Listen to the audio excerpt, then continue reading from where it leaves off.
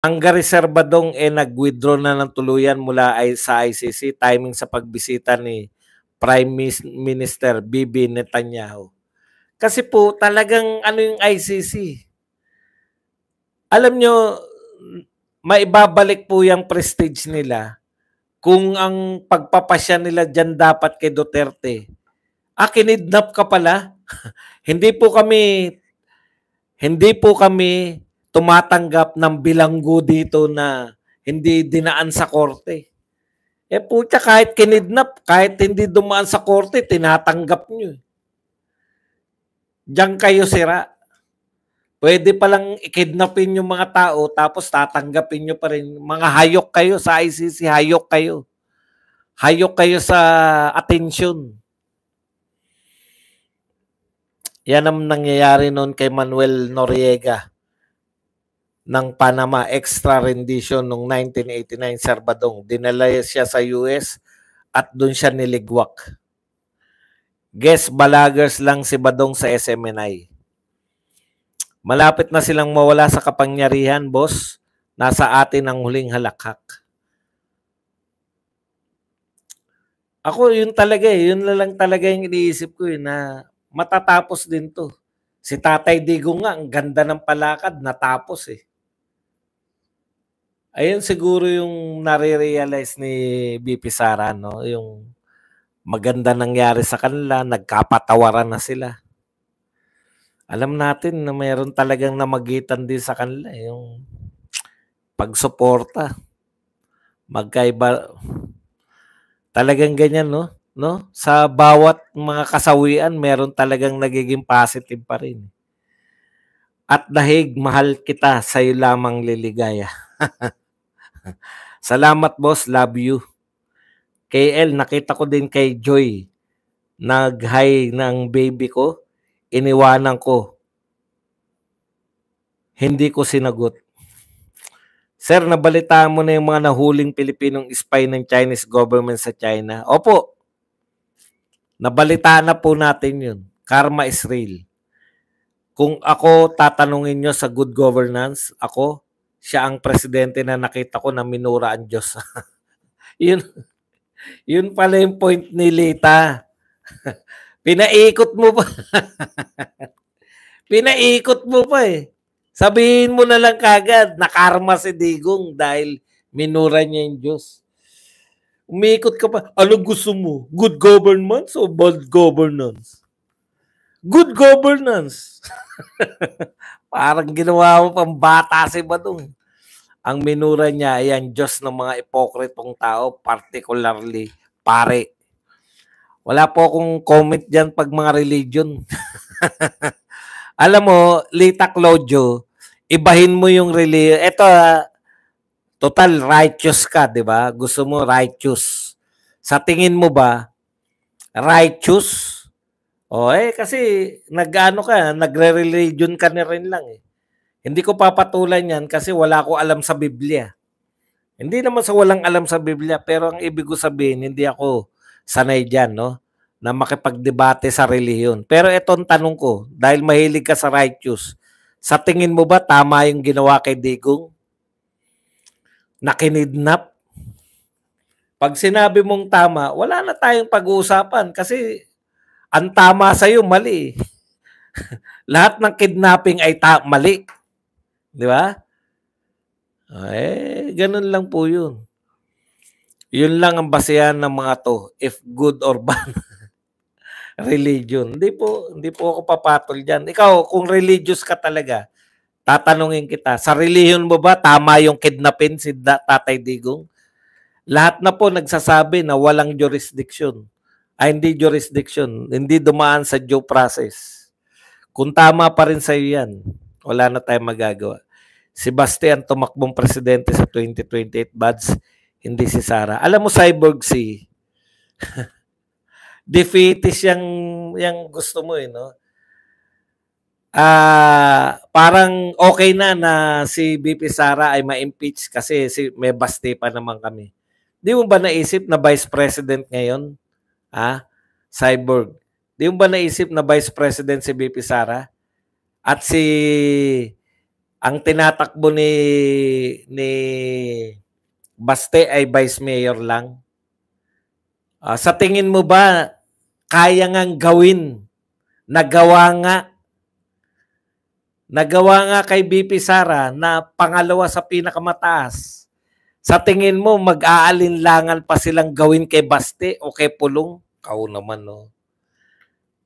Dating ang presidente nakakulong sa dahig. Ito pong kalaban natin, wala pong pakundangan to. Kung sa tingin nyo, titigil sila pag na-impeach si BP Sara, hindi nyo nakikita yung pattern ng mga Marcos. Huwag nyo sabihin na may Baste pa naman kami. Vice President nga eh. Dating presidente nga napakulong eh.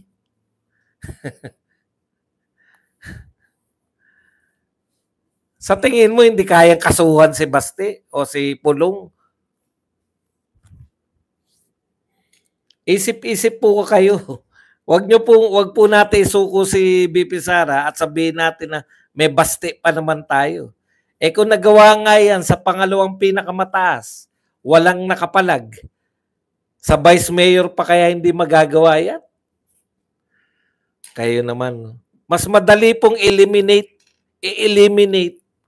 tablahin yung mga vice mayor at congressman kaysa sa vice president. Sixth sense, anong ginagawa nila sa pera at sa mga kabaklaan ng mga yan sa loob ng kaya ayokong pumatol sa mga sa mga religious eh. Tanyo,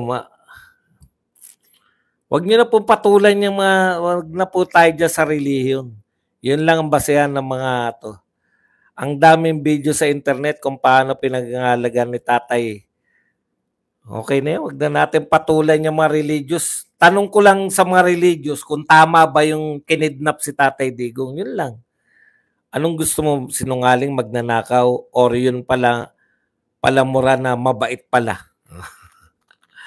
Tama, wag nating isuko si BP, both PDP. Yun po ang importante, yung panalo natin yung PDP, kasi kung akala ninyo, inuuna lang nila si BP Sara dahil yan yung pinakamalakas. Ang tagal-tagal na nila sinisira, hindi pa nila masira. Kaya yan na importante sa kanila. Ma-impeach si BP Sara. Pag na-impeach si BP Sara, sa tingin nyo ba, ang dali lang po magkaso. Vice President nga, nakasuhan nila na walang katotolan. Dahil sa Mary Grace Piatos, basta ako mahal ko ang mga Diyosa. Kung totoo maka-Diyos kayo, hindi kayo dapat masaya sa pagdurusa ng kapwa nyo.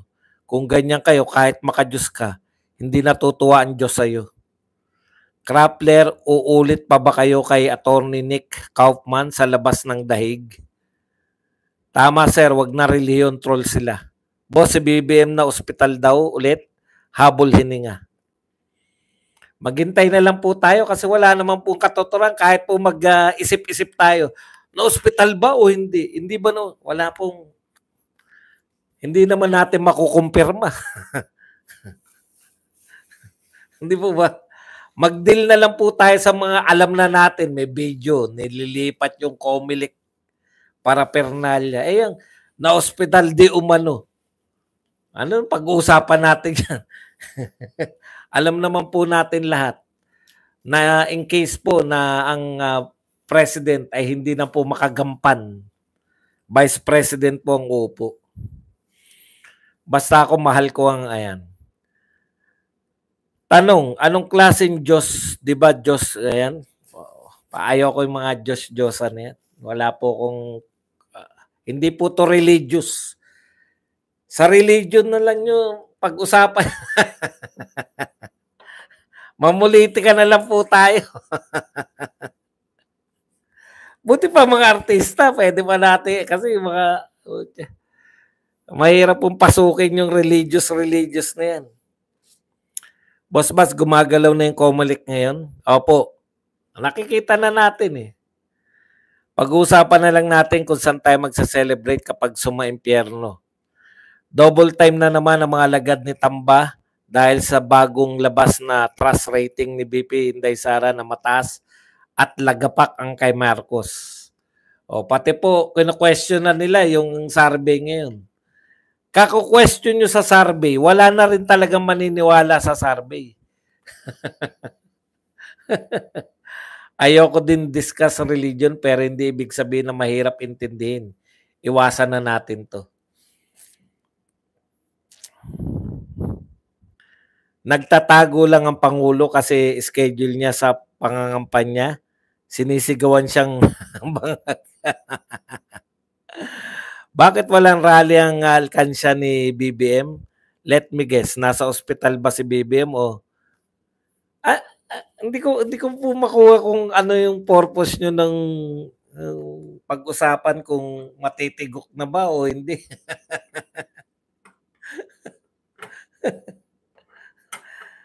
O parang excited ano ba tayo?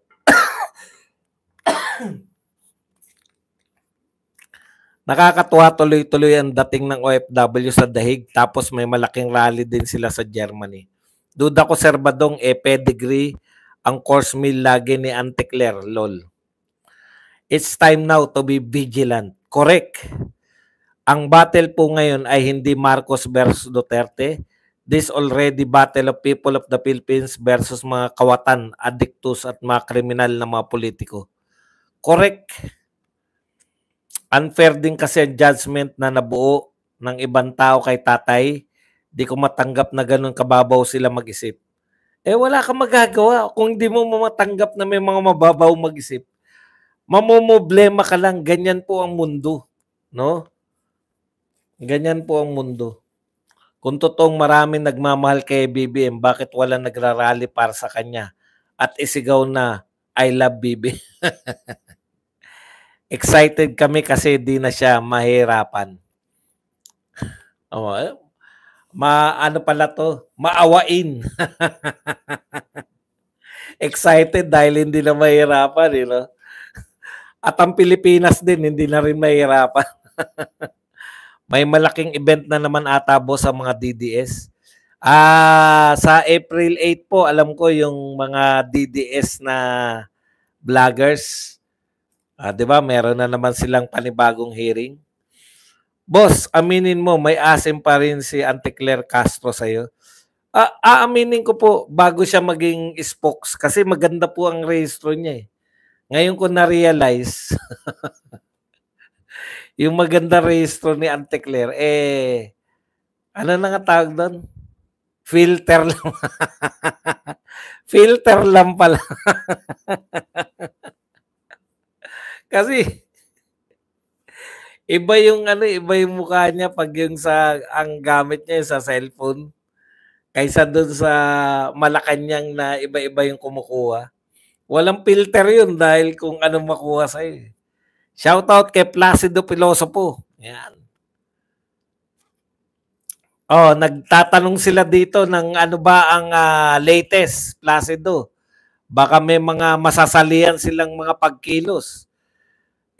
Paki-announce mo na rito ng alam mo dito na lang sa mga vlogger na lang sila kumukuha ng balita kung saan ang ang pagkakaiba ito na pag-usapan namin nung mga vlogger na nagkita-kita doon. Sumasang-ayon kami yung mga tao ngayon. Talagang talagang ang mga tao ngayon gigil na, no? Gustong-gusto na nilang sumama sa mga rally. Gustong-gusto nilang sumama kung saan.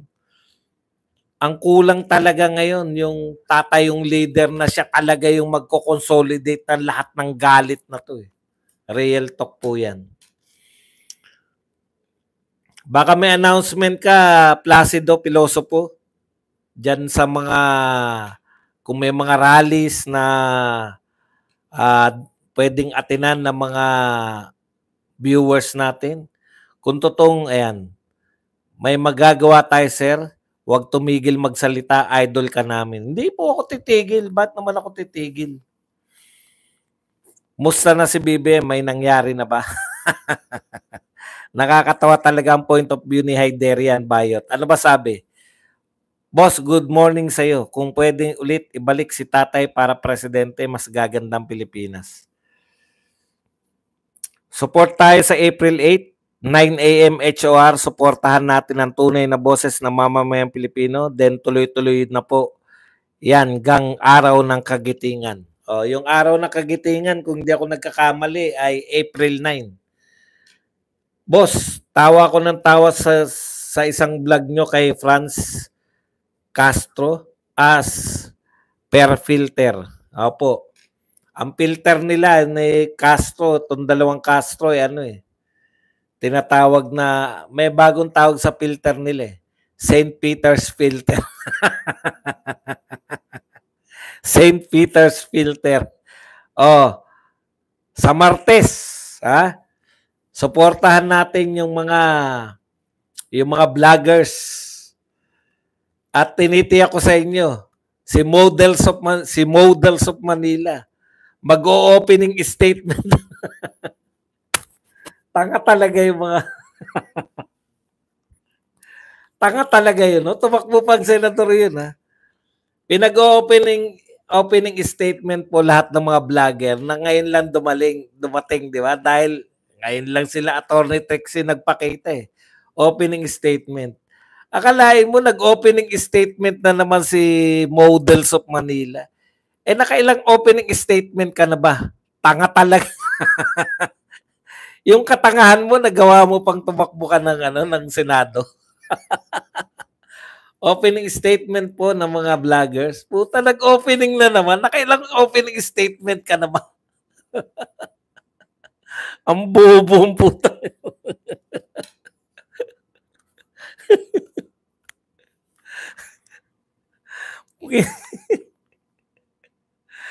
Oo, bobo ka po. Ang ibig sabihin ng opening statement, Models of Manila. Tama ba? Models of Manila ba ang pangalan niyan? Ang ibig sabihin ng opening statement, yung ngayon lang sila nagpakita kasi, kaya may opening. Putang, araw-araw ka na kung gaano karami yan. Actually, hindi naman pinatawag yan.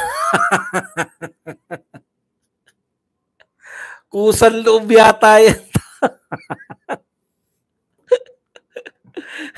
Hindi pinatawag, kusang loob na nagpunta.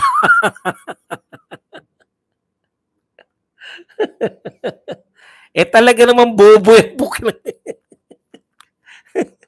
Ako hindi po ako mahilig magsabi ng bobo. Ayaw ko po manlait. Pero ano tawag mo dun? Opening statement na mga ngayon lang pumunta. May opening statement na naman siya.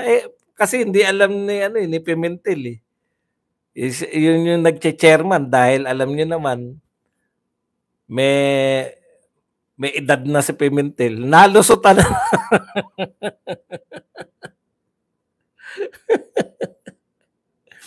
Kamo po dito sa Europe, halos solid Duterte kami. Nakakatuwa ka talaga, Boss Buzz. Bobo.